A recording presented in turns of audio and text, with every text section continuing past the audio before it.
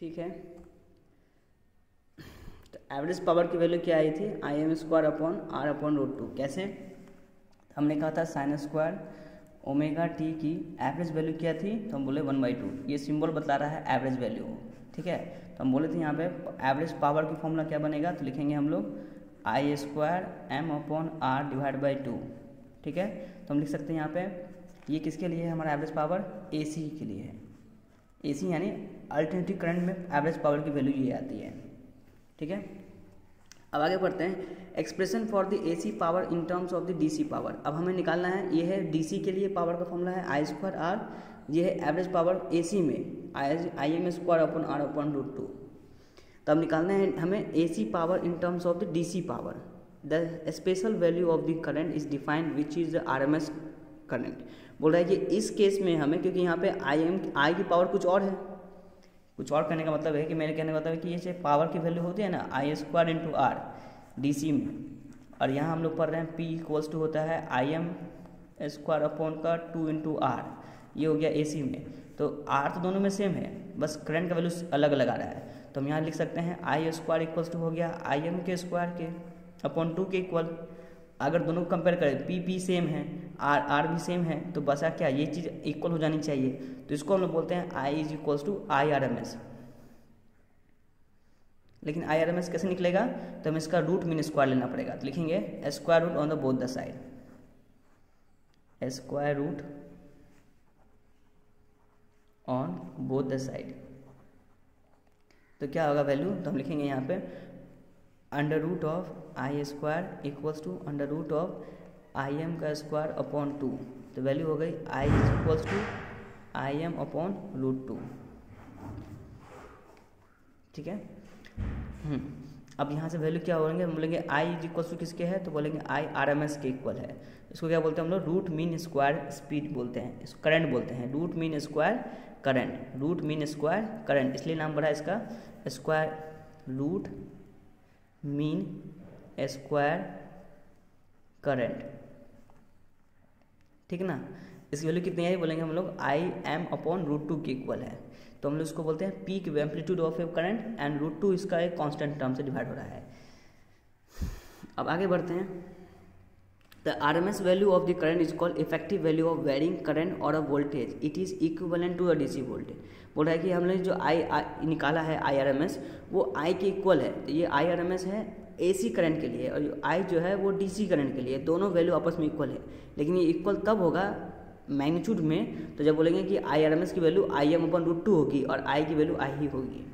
तो हम बोलेंगे कि equivalent to a DC voltage, वो इक्वल है DC वोल्टेज के।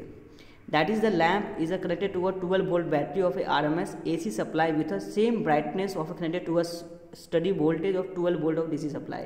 बोल रहा है कि ये जो लैम्प, मतलब जो बल्ब ग्लो करेगा 12 वोल्ट का RMS AC सप्लाई करने पर, जो कि सेम ब्राइटनेस रखता है कनेक्ट करने पर, स्टडी वोल्टेज है 12 वोल्ट। अगर उसमें हम 12 वोल्ट बैटरी जोड़ते हैं सप्लाई में, तब तो सेम एम्पलीट्यूड में ग्लो करेगा। कब, चाहे आप AC यूज करें या DC पुट करें, चाहे IRMS में AC अप्लाई करें तो 12 वोल्ट में सेम ब्राइटनेस आएगी, जबकि आप अप्लाई करें 12 वोल्ट बैटरी में DC सप्लाई करें उस बैटरी के अक्रॉस, तो होता है एवरेज पावर इक्वल्स टू होती है formula, average power equals to होती है 1/2 IRMS का स्क्वायर इंटू R।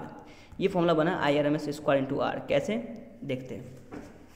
हमने पढ़ा था DC सर्किट में हमने पढ़ा है P इक्वल्स टू होता है फॉर्मूला I² इंटू R के, और अभी हमने कहा कि I किसके इक्वल है, IRMS के, और IRMS किसके इक्वल है, तो बोलेंगे Im अपॉन √2 के इक्वल है। तो हम इसी वैल्यू को यहाँ पुट करने जा रहे हैं। तो फॉर्मूला क्या बन जाएगा, Im अपॉन √2 का स्क्वायर। तो कोई पूछे हमसे I क्या है, तो हम बोलेंगे I RMS के इक्वल है। ये I किसका है, तो हम बोलेंगे ये DC के लिए है, और ये किसके लिए, तो बोलेंगे ये AC सर्किट के लिए है। और इन दोनों की वैल्यू किसके इक्वल है, तो बोलेंगे हम लोग Im अपॉन √2 के इक्वल है। उसको हम वैल्यू पुट कर दिए, इंटू किसके है, R के है, स्क्वायरिंग करेंगे तो क्या बन जाएगा Im का स्क्वायर अपॉन 2 इंटू का R। दिख रहा है। तो ऊपर जो बन रहा है इसको हम लोग बोलते हैं वोल्टेज फॉर DC सर्किट, लेकिन 2 से डिवाइड करने पे वो AC के इक्वल हो जाता है। तो वही बात यहाँ लिखा हुआ है। तो बोलता है IRMS किसके इक्वल है, Im अपॉन √2 के इक्वल है।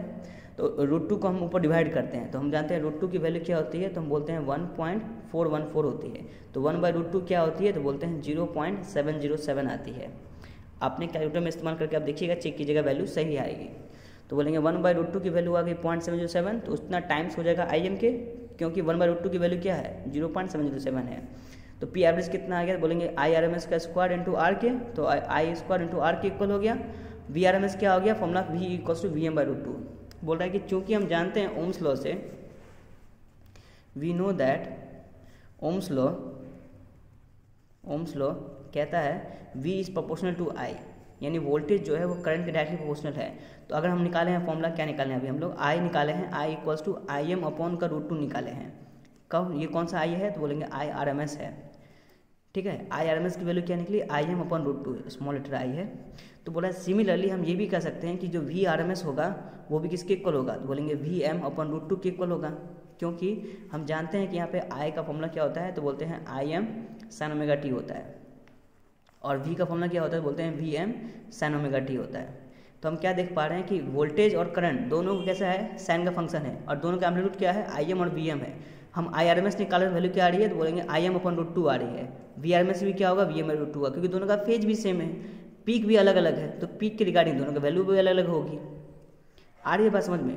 तो हमें IRMS निकालना जानते हैं और हमें एवरेज करंट निकालना जानते हैं, हमने एवरेज पावर निकालना भी जानते हैं।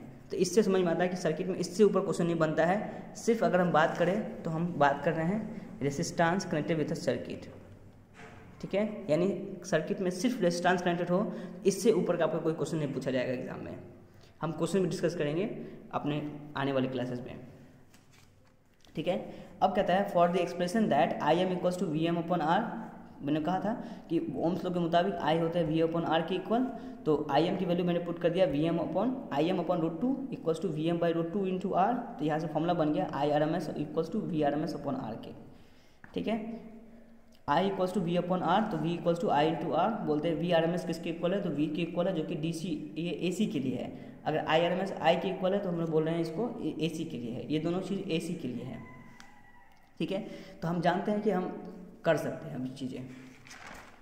नेक्स्ट हम लोग पढ़ेंगे अगले क्लास में ये फेज डायग्राम। Thank you.